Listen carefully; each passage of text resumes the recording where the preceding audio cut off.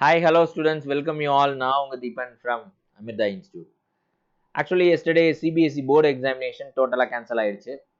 அதை கேட்டதுலேருந்து தமிழ்நாடு போர்ட் ஸ்டூடெண்ட்ஸ்க்கு வந்து நமக்கும் வந்து கிளாஸ் 12 எக்ஸாமினேஷன் கேன்சல் ஆகுமா அப்படின்னு சொல்லிட்டு ஒரே யோசனையிலே இருக்காங்க. அண்ட் ஆல்சோ பேரண்ட்ஸும் ரொம்ப குழம்பி போயிருக்காங்க. ஆக்சுவலாக இந்த மாதிரி சுச்சுவேஷனில் நம்ம ஒரு சின்ன ஒரு தெளிவு கொடுக்கறதுக்கு தான் இந்த வீடியோ. ஓகேவா? நீங்கள் வந்து நம்மளுக்கு உண்டா இல்லையா அப்படிங்கிறத நோக்கி யோசனை பண்ணுறது ஒரு பக்கம் இருக்கட்டும். ஆக்சுவலாக இது வந்து உண்டா இல்லையான்னு இருந்தாலும் உங்களுக்கு கன்ஃபார்ம்டாக எது உண்டுன்னா நீட்டும் உண்டு, ஜேஇயும் உண்டு. இந்த சேம் டேட்டில் உண்டா போஸ்ட்போன் ஆகுமாங்கிறது அடுத்த பிரச்சனை. ஆனால் கண்டிப்பாக உண்டு.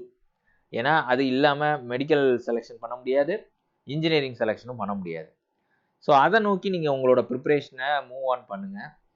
இப்போ இந்த தமிழ்நாடு போர்டு எக்ஸாமினேஷனை பொறுத்த வரைக்கும் ஒரு ஃபியூ டேஸ் பிஃபோர் பார்த்தீங்கன்னா நம்மளோட பள்ளிக்கல்வித்துறை அமைச்சர் மகேஷ் பொய்யாமலியா இருக்கட்டும், அண்ட் ஆல்சோ உயர்கல்வித்துறை அமைச்சர் பொன்முடி சாராக இருக்கட்டும், இவங்க ரெண்டு பேருமே என்ன இந்த ஒரு மீட்டிங் அட்டன் பண்ணும்போது அவங்களோட எக்ஸ்பிரஷன் என்னவா இருந்துச்சுன்னா, நீட்டை வந்து எங்களுக்கு வேண்டியதில்லை, நாங்கள் வந்து எங்களோட மார்க்ஸை வச்சு போட்டுக்கிறோம், அட்மிஷன் போட்டுக்கிறோம் அப்படின்னு சொல்லி எக்ஸ்பிரஸ் பண்ணியிருந்தாங்க அவங்களோட வியூவை.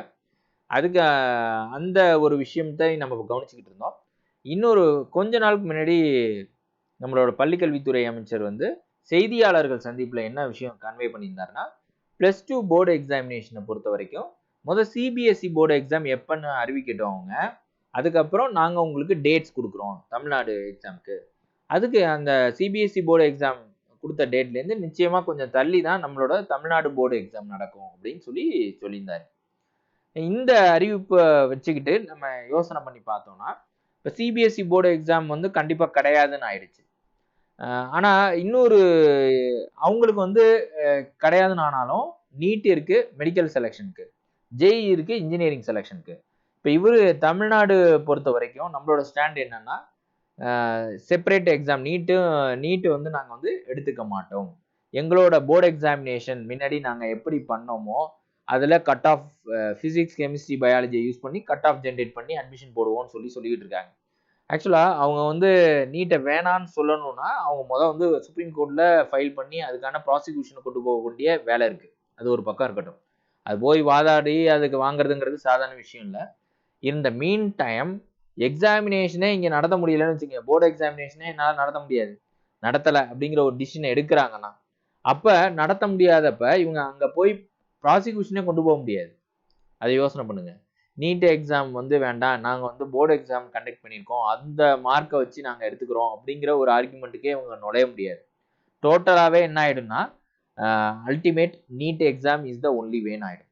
ஸோ இது இருக்கோ இல்லையோ போர்டு எக்ஸாம் கண்டிப்பாக உங்களுக்கு எது இருக்குன்னா நீட்டும் ஜேஇயும் இருக்குது.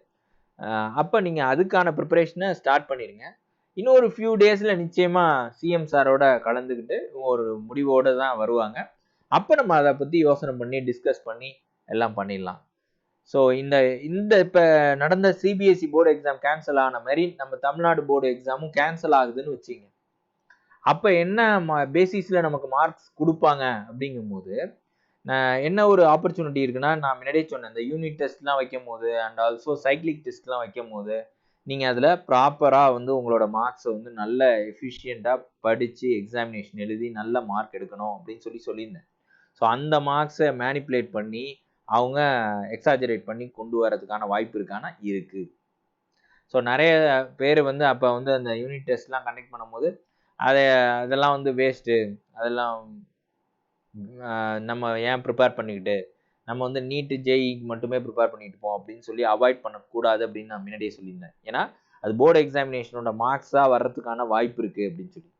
ஸோ அதையும் நீங்கள் யோசனை பண்ணுங்கள். அந்த யூனிட் டெஸ்ட் அதெல்லாம் வந்து ப்ராப்பராக நீங்கள் பண்ணியிருக்கும் பட்சத்தில் நிச்சயமாக அதுக்கான ஸ்கோர்ஸ் வந்து உங்களுக்கு போர்டு எக்ஸாமில் வரதுக்கான வாய்ப்பு இருக்குது. சரி சார், இப்போ கேன்சல் ஆயிடுச்சுன்னா என்ன, ஆகலைன்னா என்ன அப்படிங்கிறத ஒரு பக்கம் தள்ளி வைங்க. நீட் எக்ஸாமும் ஜேஇ எக்ஸாமும் உண்டு அப்படின்னு சொல்லிட்டேன். அதுக்கான ப்ரிப்பரேஷனை இன்றைக்கே நீங்கள் ஆரம்பிங்க. ஓகேவா? Start from today onwards. அந்த ப்ரிப்பரேஷன் போது நீங்கள் உங்களோட டைம் டேபிளை போடுங்க. பெர் டே அப்படின்னு எடுத்துக்கிட்டிங்கன்னா, ஒன்று தூங்குறதுக்கு 6 ஹவர்ஸ் ஒதுக்கிங்க. மீதி வந்து day to day activities, brush பண்ணுறது, குளிக்கிறது, சாப்பிட்றது, இதெல்லாம் பார்த்தீங்கன்னா ஒரு 3 ஹவர்ஸ் ஒதுக்குங்க. ஓகேவா? இடையில கேப் வந்து ஒரு 1 ஹவர் வந்து நீங்க தூங்கி எந்திக்கிற மாரி. அண்ட் அந்த மாரி வந்து நீங்க என்ன பண்ணீங்கன்னா, ஒரு 3 ஹவர்ஸ் நான் என்ன சொல்றேன் விட்டுருங்க. அப்ப 6 + 3 9 ஹவர்ஸ் போக, மீதி வந்து 24 ஹவர்ஸ்ல எவ்வளோ இருக்கு? 15 ஹவர்ஸ் இருக்கு. ஸோ 15 ஹவர்ஸும் நீங்க எதுக்காக ஸ்பெண்ட் பண்ணணும்னா, உங்களுக்கு ஒரே விஷயம், நம்ம நீட் அல்லது ஜேஇஇல மார்க்ஸ் ஸ்கோர் பண்ணணுங்கிறது தான். ஸோ அதுக்கு தகுந்தாப்புல என்ன பண்ணுங்க, டைம் ஷெட்யூல பிரிச்சுருங்க. 12 ஹவர்ஸ எடுத்துருங்க.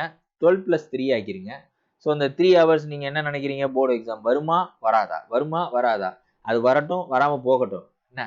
அந்த 3 ஹவர்ஸ பிரிப்பேர் பண்றதுக்கு அந்த போர்டு எக்ஸாம்ல ஒரு சாப்டர் படிக்கிற மாரி அந்த இத செட் பண்ணீங்க.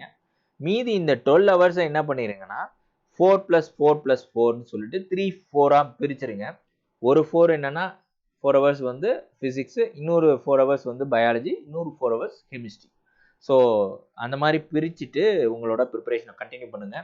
அண்ட் மோர் ஓவர் இந்த 4 ஹவர்ஸும் வந்து ஒரே லெசன படிச்சுட்டு இருக்கக்கூடாது. நேத்தி என்ன படிச்சீங்களோ அத ஒரு கிளான்ஸ் பார்த்துட்டு, அடுத்தது வந்து நீங்க அடுத்த லெசனுக்கு போகணும். அந்த 4 ஹவர்ஸ 3 + 1ஆ கன்வெர்ட் பண்ணீங்க. So 3 hours for new one and 1 hour வந்து எஸ்டர்டே படிச்சது. அப்ப இந்த மாரி படிக்கும்போது என்ன ஆகும்னா, ஆக்சுவலா கன்டினியூட்டி இருக்கும். அப்ப வந்து மறந்து போகாது. இந்த லெசன் படிச்சா அந்த லெசன் மறந்து போச்சுங்கிற மாரி இருக்காது. ஓகேவா? ஸோ அந்த மாரி நீங்க உங்களோட பிரிப்பரேஷன் ஷெட்யூல, ஸ்ட்ராட்டஜிய கரெக்ட்டா ஃபாலோ பண்ணுங்க. நல்லபடியா படிக்க ஆரம்பிச்சுருங்க.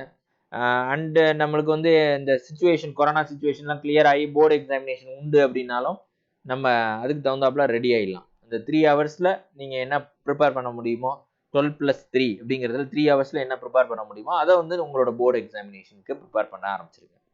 So simple. உங்களோட விஷயத்த நீங்க ஸ்ப்ளிட் பண்ணி ஒர்க் பண்ணணும்.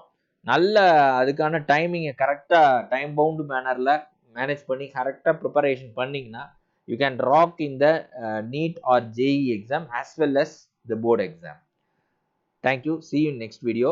இன்னொரு வீடியோல நான் எப்படி பிசிக்ஸை நீங்க ப்ரிப்பேர் பண்ணணும், கெமிஸ்ட்ரி எப்படி ப்ரிப்பேர் பண்ணணும், அண்ட் பயாலஜி எப்படி ப்ரிப்பேர் பண்ணணும் அப்படிங்கிற அந்த ஐடியா, ஸ்ட்ராட்டஜிஸ் அண்ட் ஆல்சோ இந்த ரிமைனிங் டேஸ்ல எப்படி நீங்க கால்குலேட் பண்ணி ஒர்க் பண்ணா இதை நம்ம அச்சீவ் பண்ண முடியும் அப்படின்னு சொல்லிட்டு வீடியோஸ் போட போறேன்.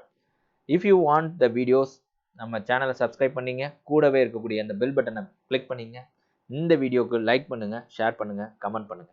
தேங்க்யூ.